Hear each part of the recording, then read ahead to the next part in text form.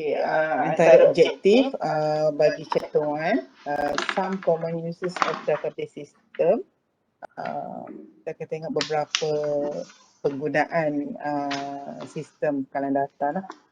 Okay. Yang kedua, kita akan tengok karakteristik of file-based system. Okay. Ciri-ciri bagi sistem yang berasaskan file. Dan apa dia masalah, problems with file-based approach. Apa yang masalah yang akan timbul bila kita guna pendekatan yang berasaskan file. Dan kita akan tengok maksud database itu sendiri. Okay. Database management system.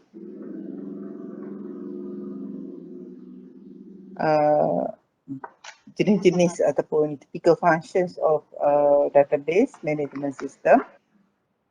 Major components of database management system environment.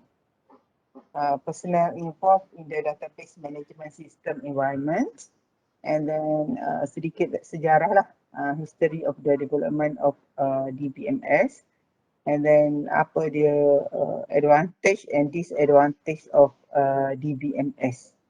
Ini yang kita akan belajar dalam chapter 1. So nanti lepas kelas ni ke, you all boleh download terus download dan boleh study terus bagi chapter 1. Jangan nak kumpul sampai nak buat midterm ke ataupun sampai nak akhir semester ke baru nak study. Jangan buat macam tu Okay, so kita tengok contoh-contoh lah aplikasi database ni. Di mana kita tengok purchases from the supermarket. Maksudnya bila you pergi ke supermarket ataupun kedai-kedai yang besar sikit, so dia akan scan barcode kan. So bila dia scan barcode, maksudnya dia dalam sistem tu dia dah boleh detect dah barang ni. Sebelum dia masukkan barang tu, inventory department tu dah key in siap-siap. Katakan dia nak jual dekat tu, dia nak jual pen for example nak jual pen. So pen ni dia dah ada barcode, nanti dia akan key in barcode tu dalam dia punya sistem.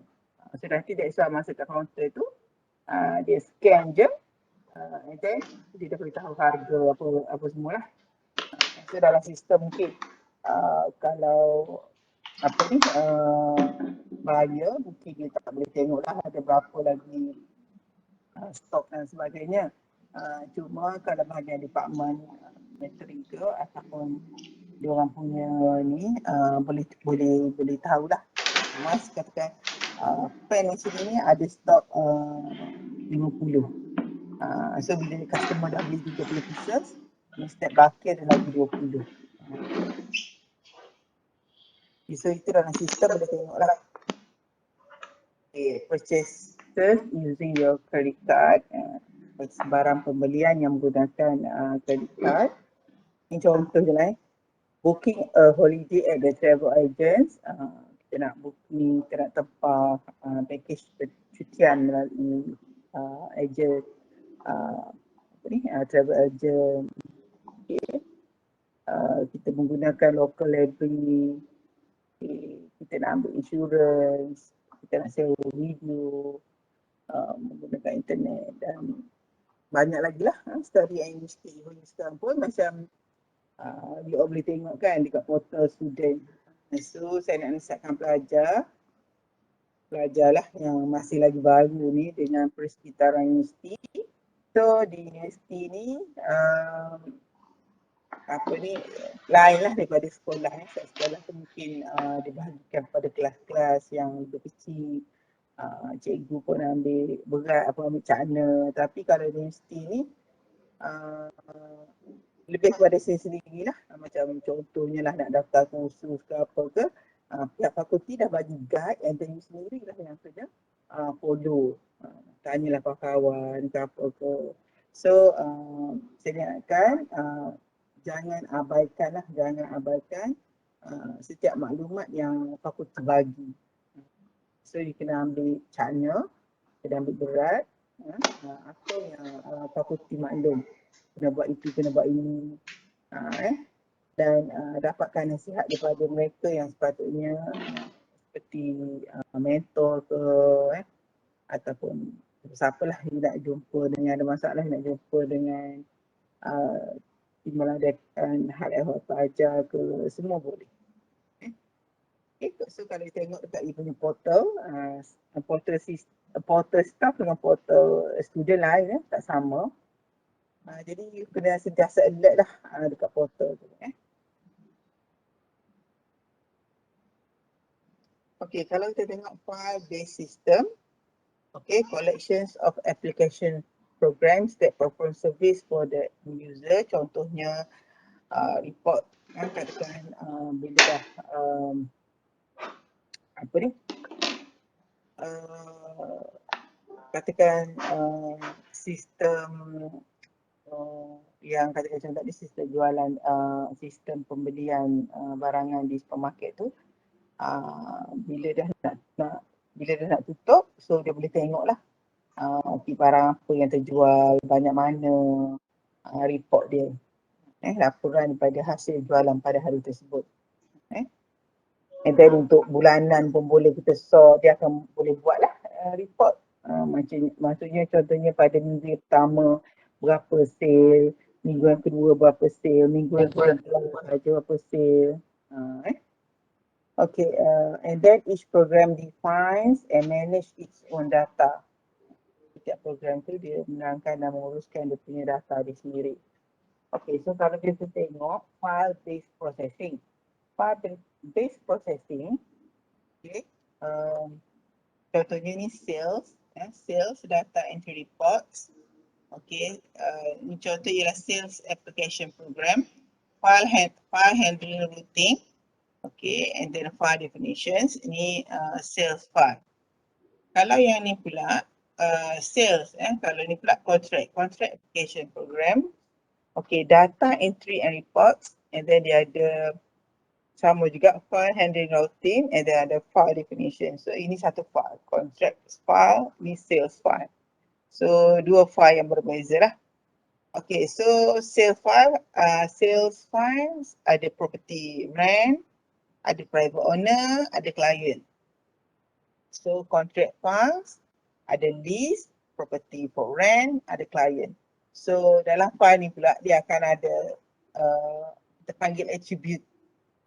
Property,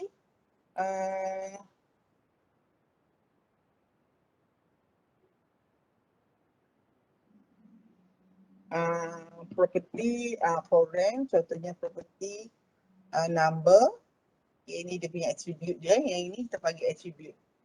Street, city, postcode, type, room, rent, owner, and then private owner, ada owner number, ada first name, ada name, ada address, ada telephone number, and so on lah. Okay. Next, kita tengok limitations of files-based approach. Okay, separation and isolations of data. Each program maintains its own set of data. Users of one program may be unaware of potential use data held by other programs. So ini limitations of file-based approach. Okay, yang kedua dari segi duplications of data. Same data is held by different programs. So waste space and potentially different values and or different formats for the same item. Ini yang melibatkan, kalau file based approach ni dia akan melibatkan pertindihan data. Sebab mungkin data yang sama disimpan di program yang berlainan. Di program berlainan, nanti kita tengok contoh. Okay, kemudian dari segi data dependence, file structure is defined in the program code. And then dari segi incompatible file format, programs are written in different language and so cannot easily access each other's file. Ini kalau file base lah, katakan file A dia guna bahasa A, file B guna bahasa B, itu contoh lah. So macam mana dia nak Dia nak access antara dua program ni. So susahlah kalau dia guna different language. Okay. Fixed queries ataupun proliferations of application programs. Okay, programs are written to satisfy particular functions. Biasanya based on request by client lah. Dia nak keluar macam ni, dia nak kena ada benda ni, dia nak kena ada function ni. Any new requirements needs a new program. So kalau kita guna file-based approach ni, setiap kali ada keperluan baharu, permintaan baharu, new requirement, needs a new program.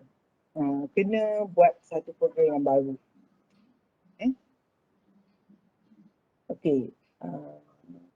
Berbeza dengan database approach arose because definitions of data was embedded in application program rather than being stored separately and independently. Okay, and then no control over access and manipulations of data beyond that imposed by application programs. And then dengan cara tersebut, dia dapat menghasilkan the database and database management systems.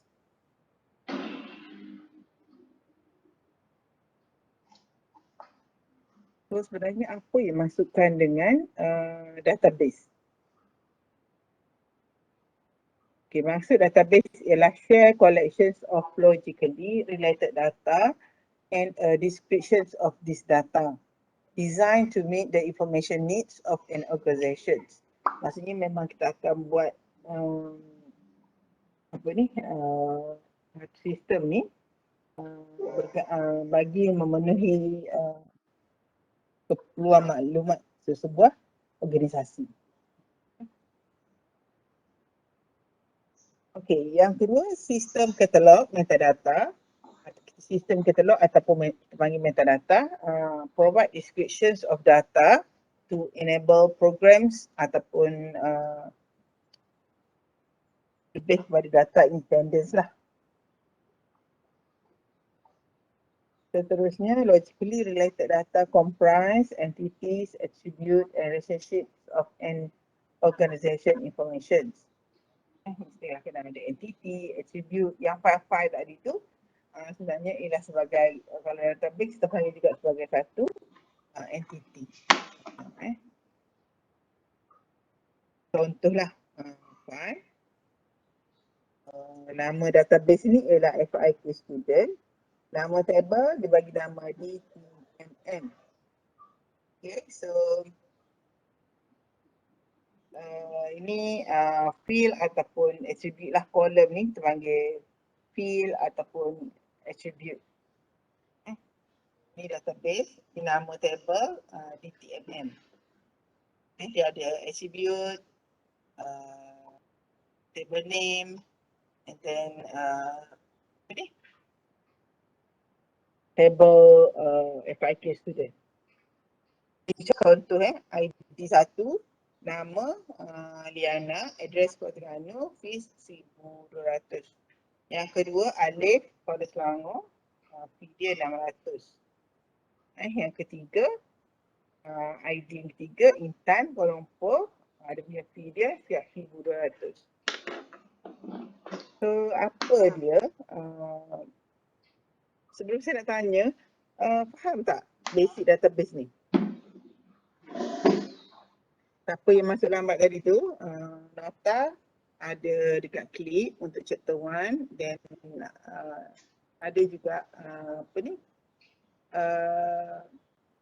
buku dah di-upload lah. So lepas ni kalau ada masa, you boleh terus download. Okay, boleh tengok apa kandungan buku tu. Maknanya kandungan buku saya untuk kita pelajari lebih detail lagi lah daripada apa yang ada dalam slide ni. Okay. File-based system, simpler to use, less expensive. Okay. Mudah untuk digunakan dan murah lah. Dari segi disadvantage, typically no multi-user access, limited to smaller database, limited functionality, decentralization of data, and then redundancy and integrity issues. Itu yang kurang ni lah. Okay, kalau di BMS, greater flexibility, greater processing power, ensure data integrity, support simultaneous access, provide backup and recovery control, advanced security, ya. Itu antara advantage bagi BMS. Dan kalau dari segi disadvantage, difficult to learn, package separately from the OS, slower processing speed, required skill administration dan juga expensive lah.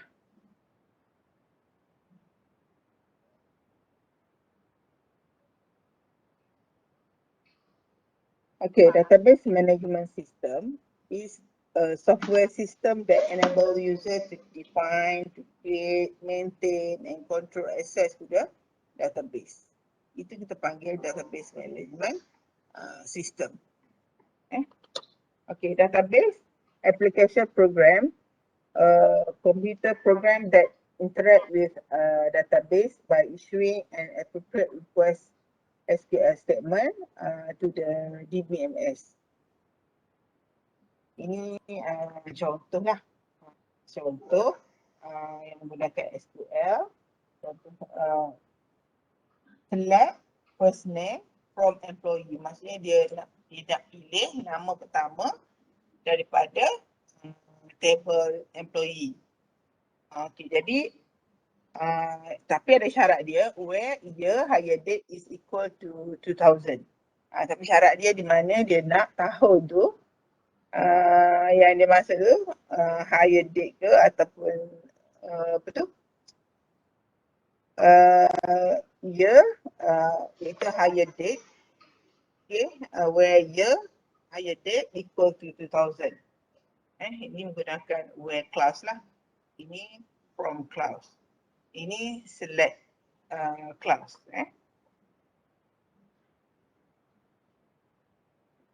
Okay, untuk database management system, okay, kalau tengok, okay, database ni property for rent, private owner, client, list, okay, semua ada dalam ni So ni DBMS. So dalam database system ni, data entry and reports, sale application program, and then data entry and reports, contract application program, dia duduk di dalam satu database. So tak ada yang redundant lah. Okay, contohnya property for rent, kita ada dia punya attribute dia, property number, street, city, postcode, type, room, rent dan owner number. Manakala private owner, kita ada owner number, kita ada full name, my name, last name, address dan juga telephone number. Dan begitu juga yang lain lah. Maksudnya ni kita panggil satu dia punya attribute lah. Yang ni anak-anak dia. Okay.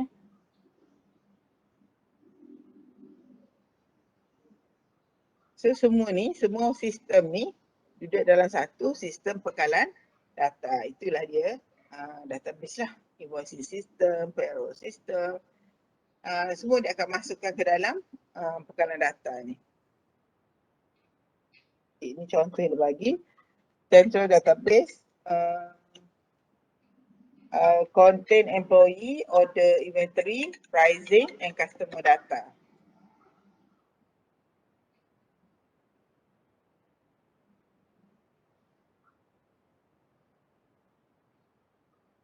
Okay, kemudian dari segi database approach, okay, data definition language ataupun DDL, ringkasan kita panggil DDL, permit specifications of data type, structure and data constraints. All specification are stored in the database. Semua spesifikasi tersebut sudah simpan dalam pekalan data. Kemudian data manipulation language, GML, General Inquiry Facility ataupun query language of the data. Okay, setakat ni boleh faham tak?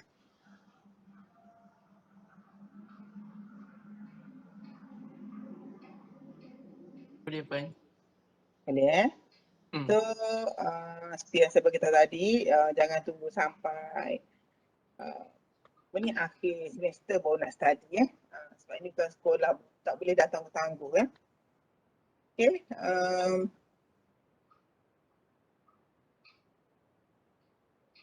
kita tengoklah database approach, DDL ataupun DML. Contoh kalau DDL, it's a data definition language and it is a data manipulation language, DML, that are used to define data structure. It is used to manipulate the existing database. And then DDL, it is used to define database structure for schema. And then it is used for managing data with the schema object. And then dia punya command dia, create, alter, drop, truncate, rename. So kalau macam dalam DML, dia punya command dia select, insert, delete, update, merge, call.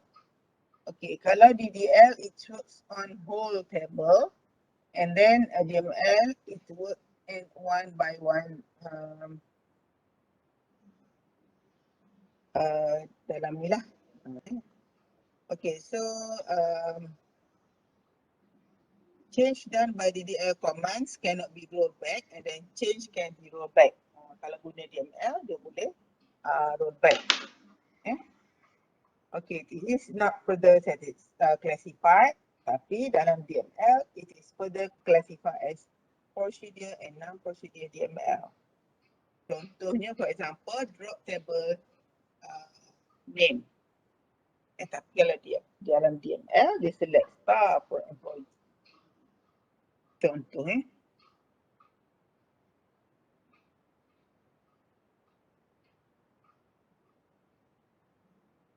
tengok di sini control access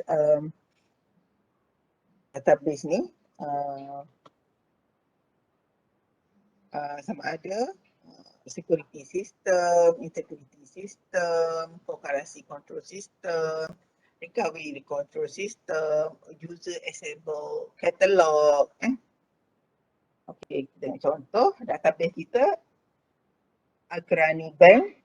Okay, nama database. So dalam database ni nanti kita akan ada table. So tablenya ialah table customer, table balance. Okay. So dalam table customer ni attribute dia ada name, account and juga address. Dalam table balance hanya ada dua, iaitu account dan juga balance. Okay. Okay, jadi ini dia akan membenarkan user to have her or her own view of database, and a view is essentially some subset of the database.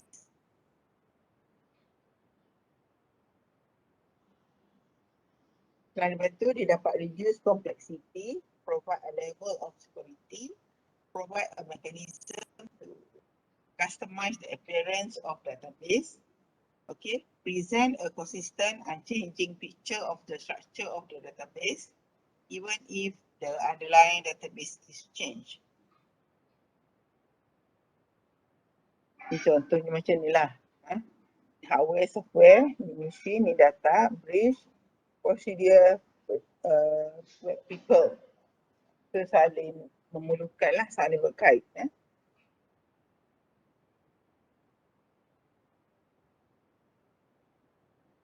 Okay, dari segi hardware, can range from a PC to network of a computer. Macam kita tengok buat standalone software, DMS, operating system, network software if necessary, and also the application program. And juga dari segi data, komponen yang seterusnya itu data, komponen bagi DMS environment lah, used by the organizations and descriptions of this data called schema. And then procedure, instructions and rules that should be applied to the design and use of the database and database management system. Okay, people.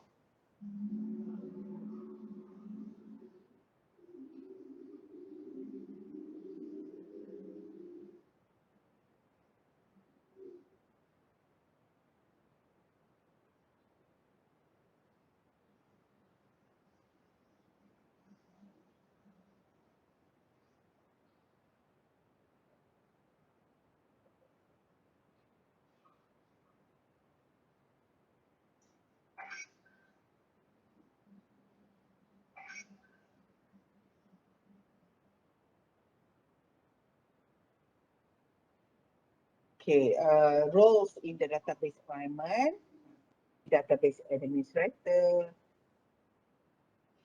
okay, database designer, data administrator, application programmers, and user. Dari segi database ni, ada first generation. Kalau dalam first generation tu dia menggunakan hierarchical network. And then second generation menggunakan teknik relational. And then third generation guna object relational dan juga object oriented.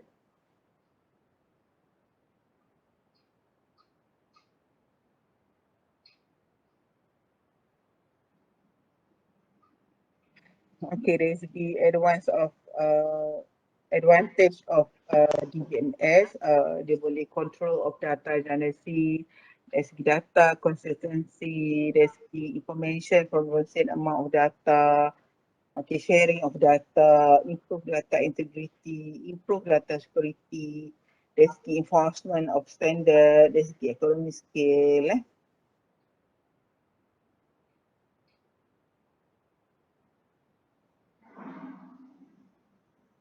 Dan yang lain juga, balancing conflicting requirement, improve data accessibility and responsiveness, improve productivity, tenant through the independent, increase consistency, improve backup and recovery service. Okay, itu antara you kena ingat lah apa dia advantage kelebihan menggunakan DBMS. Okay, cuma dia ada juga lah dari segi complexity, dari segi size, dari segi cost yang mesti yang kita kena ambil kira juga lah, dari segi additional hardware, card, cost, okay, cost of conversion, performance, higher impact of failure.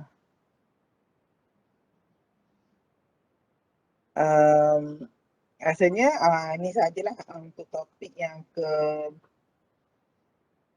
pertama ni.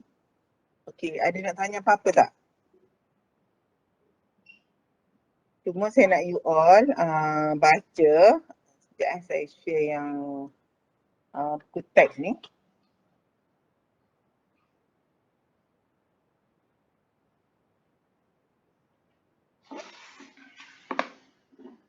Puan, Ya? Yeah? Database ni kita just buat jadual-jadual macam tu lah. Buat jadual? Ha. Maksudnya buat jadual macam mana tu?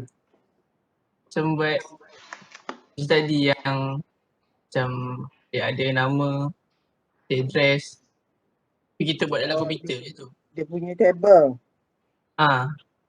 Nanti yang lab nanti kita akan belajar buat menggunakan SQL. Apa? SQL? Kita akan menggunakan SQL. Nanti kita install dekat klip tu dah ada arahan dia. Tapi tak buat lagi sekarang pun tak apa. So nanti akan ada lah. SQL. Okay, baik. Dan saya tunjuk buku teks